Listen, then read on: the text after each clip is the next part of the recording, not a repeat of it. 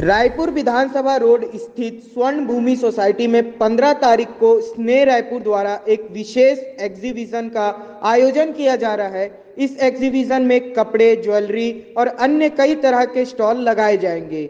इस आयोजन का मुख्य उद्देश्य आर्थिक रूप से पिछड़े महिलाओं और बच्चों की मदद करना है। एग्जीबिशन से प्राप्त फंड का उपयोग बच्चों की शिक्षा में किया जाएगा ताकि उन्हें बेहतर भविष्य दिया जा सके।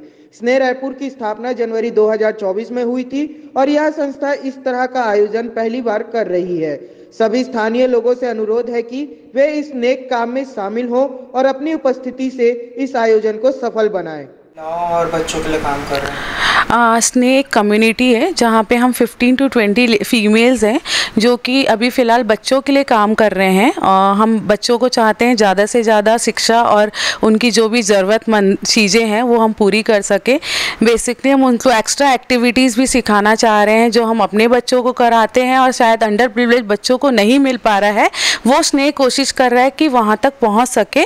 और आप भी हमारे साथ जुड़ें और आपके जो भी इस तरह का एरिया है आप वहाँ पे बच्चे इकट्ठा करिए। स्नेह टीम वहाँ पहुँचेगी और वहाँ पे क्लासेस कराएंगी और उसी क्लासेस को ऑर्गेनाइज कराने के लिए हमें हमेशा फंड लगता है। उस फंड को हम जनरेट करने के लिए अभी एक स्नेह फेस्टिव एग्जीबिशन कर रहे हैं जिससे जो भी फंड रेज होगा हमारे आगे के वर्कशॉप और बच्चों के क्लासेस में वो काम आएगा।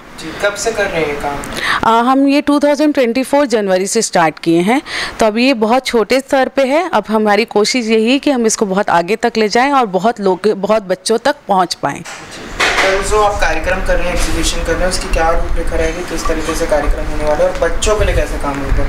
ये एग्जीबिशन हम बेसिकली कर ही बच्चों के ले रहे हैं। इसमें जो हमारे साथ जो बंदे मिले हुए हैं, जो हमारे साथ स्टॉल कर रहे हैं, जो हमारी टीम है, हमारा ये है कि जो भी उससे फंड हमारे पास इकट्ठा होगा बच्चों की शिक्षा, बच्चों की मानसिक शिक्षा, इन सब पे इस्तेमाल होगा।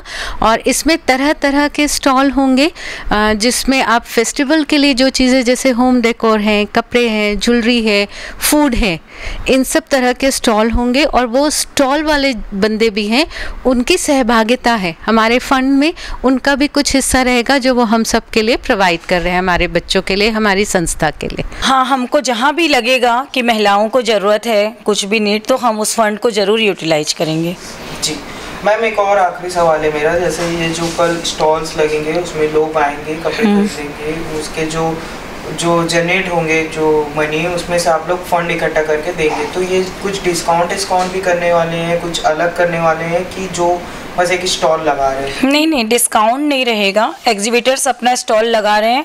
आप लोगों का सहभागिता इसी में होगा कि आप ज़्यादा से ज़्यादा लोग एग्जीबिशन में पहुँचें, तो उससे भी एग्जीबिटर्स को लाभ होगा क्योंकि एग्जीबिटर्स भी हमारे साथ हैं, तो उन्होंने हमको हेल्प किया है।